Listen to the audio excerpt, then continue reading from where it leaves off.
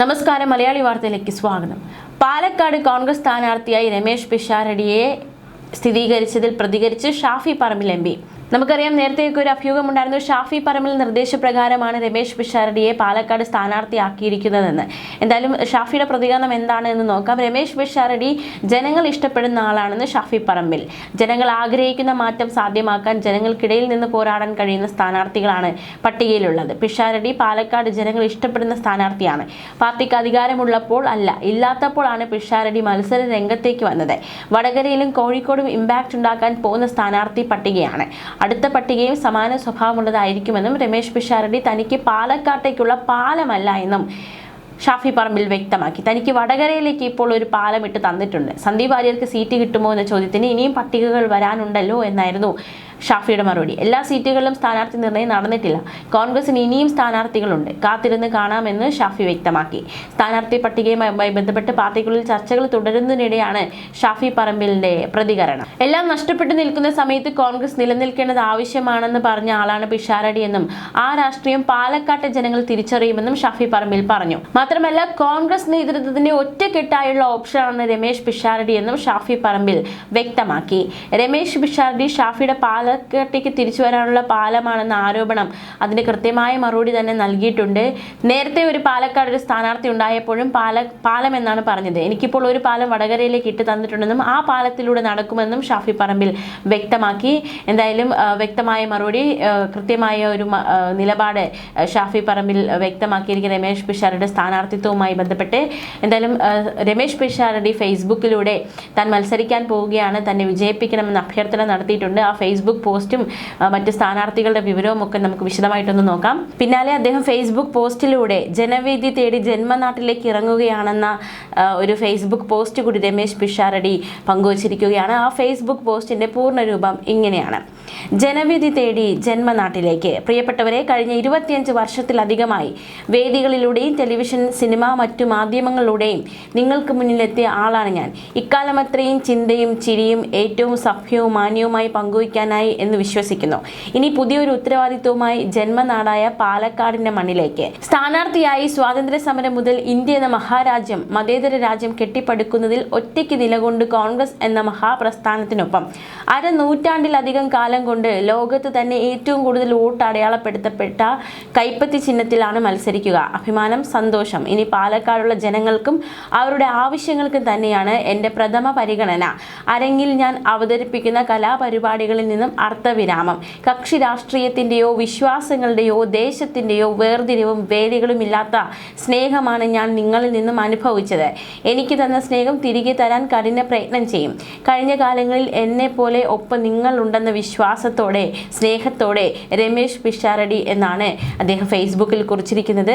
നമുക്കറിയാം, രാഹുൽ മാങ്കൂട്ടത്തിലെ പകരക്കാരനായിട്ട് രമേശ് പിഷാരടി എത്തുകയാണ്. അദ്ദേഹത്തെ പാലക്കാട് ജനത തള്ളുമോ കൊള്ളുമോ എന്ന് മെയ്യിലെ അറിയാൻ സാധിക്കുകയുള്ളൂ. മെയ് വരെ കാത്തിരിക്കേണ്ടിയിരിക്കുന്നു. എന്തായാലും പ്രചരണമൊക്കെ ശക്തമാക്കിയിരിക്കുകയാണ് സ്ഥാനാർത്ഥികൾ. അവർ സ്ഥാനാർത്ഥി പട്ടിക പുറത്തു വന്നതിന് പിന്നാലെ തന്നെ പര്യടനം, അതുപോലെ തന്നെ വോട്ടുറപ്പിക്കാനുള്ള ഓട്ടമൊക്കെ സ്ഥാനാർത്ഥികൾ തുടങ്ങിക്കഴിഞ്ഞു. നിയമസഭാ തെരഞ്ഞെടുപ്പിനായുള്ള ആദ്യ സ്ഥാനാർത്ഥി പട്ടികയാണ് കോൺഗ്രസ് കഴിഞ്ഞ ദിവസം പുറത്തിറക്കിയത്. 55 പേരടങ്ങുന്ന പട്ടികയാണ് പ്രഖ്യാപിച്ചിരിക്കുന്നത്. ആദ്യ പട്ടികയിൽ എംപിമാർ ആരുമില്ല എന്നതാണ് ശ്രദ്ധേയം. കണ്ണൂരും കോന്നിയും ഒഴിച്ചിട്ടാണ് ആദ്യ പട്ടിക പ്രഖ്യാപിച്ചിരിക്കുന്നത്. എൽദോസ് കുന്നപ്പള്ളിയുടെ പേര് ആദ്യ പട്ടികയിൽ ഉൾപ്പെട്ടിട്ടില്ല. പെരുമ്പാവൂർ മണ്ഡലത്തിൽ ഇതുവരെ അന്തിമ തീരുമാനമായിട്ടില്ല.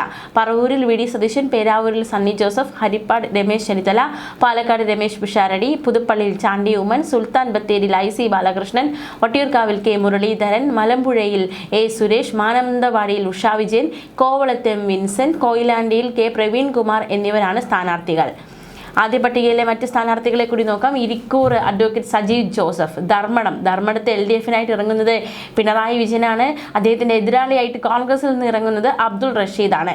തലശ്ശേരിയിൽ KP സാജു, പേരാവൂർ അഡ്വക്കേറ്റ് സണ്ണി ജോസഫ്, മാനന്തവാടിയിൽ ഉഷ വിജയൻ, സുൽത്താൻ ബത്തേരിയിൽ IC ബാലകൃഷ്ണൻ, കൽപ്പറ്റയിൽ അഡ്വക്കേറ്റ് T സിദ്ദിഖ്, നാദാപുരത്ത് KM Abhijith, Koyilandy advocate K Praveenkumar, ബാലുശ്ശേരിയിൽ VT Sooraj, Elathur Vidyabalakrishnan, Kozhikode north advocate K Jayanth, Nilambur Aryadan Shoukath, Vandoor AP Anilkumar, Thavanur VS Joy, Ponnani Noushad Ali, Thrithala VT Balram, Kongad KA Thulasi, Malampuzha A Suresh, Tarur K C Subrahmanian, Chittur advocate Sumesh Achuthan, നെന്മാറയിൽ T Thankappan, ആലത്തൂരിൽ K N Febin, Manalur ഇറങ്ങുന്നത് ടി എൻ പ്രതാപനാണ്, Ollur advocate Shaji J Kodankandath, Thrissur Rajan Chepallan, അതുപോലെ തന്നെ നാട്ടികയിൽ അഡ്വക്കേറ്റ് സുനിൽ ലാലൂർ, കയ്പമംഗലത്ത് T M Nasar, Puthukkad K M Baburaj, ചാലക്കുടിയിൽ സനീഷ് കുമാർ ജോസഫ്, കൊടുങ്ങല്ലൂർ ഒ ജെ ജനീഷ്, അങ്കമാലിയിൽ റോജി എം ജോൺ, ആലുവയിൽ Anwar Sadath, Paravur V D Satheesan, Ernakulam T J Vinod, Thrikkakara Uma Thomas, Kunnathunad V P Sajeendran, മൂവാറ്റുപുഴയിൽ ഡോക്ടർ മാത്യു കുഴൽനാടൻ,